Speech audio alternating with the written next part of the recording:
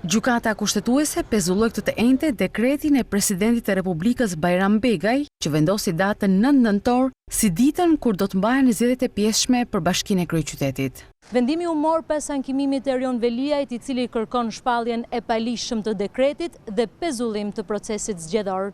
Në njoftimin e shpërndar për mediat, kushtetuesja tha se gjykata ka vendosur një zëri të kalojë çështjen me kërkues Erion Veliaj në seancë plenare publike në datë 31 tetor 2025 dhe të pezullojë dekretin e presidentit për pjesën që cakton datën e zgjedhjeve në Bashkinë Tiranë. Vendimi plot u publikua menjëherë në fletoren zyrtare dhe në të kushtetuesja sqaron arsyet që e çuan atë në këtë vendim.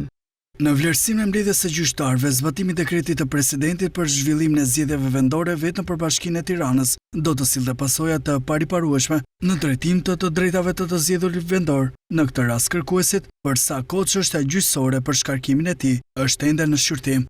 Më herët avokatët e Veliajt paditën në kushtetuese vendimin e shkarkimit të tij si kryebashkiaks dhe në një tjetër padi ata e konsideruan shkelje të rëndë kushtetuese dekretimin e datës së zgjedhjeve për Bashkinë e Tiranës për sa kohë sipas mbrojtjes e trajtoi shkarkimin e Veliajt si një çështje administrative, duke prodhuar sipas tyre një akt juridik të pavlefshëm. Pas vendimit të kushtetueses reagoi dhe zyra për media e presidencës. Ajo tha se institucioni i presidentit të Republikës respekton vendimin e gjykatës kushtetuese për pezullimin e pjesës që përcakton datën e zgjedhjeve vendore në Bashkinë e Tiranës.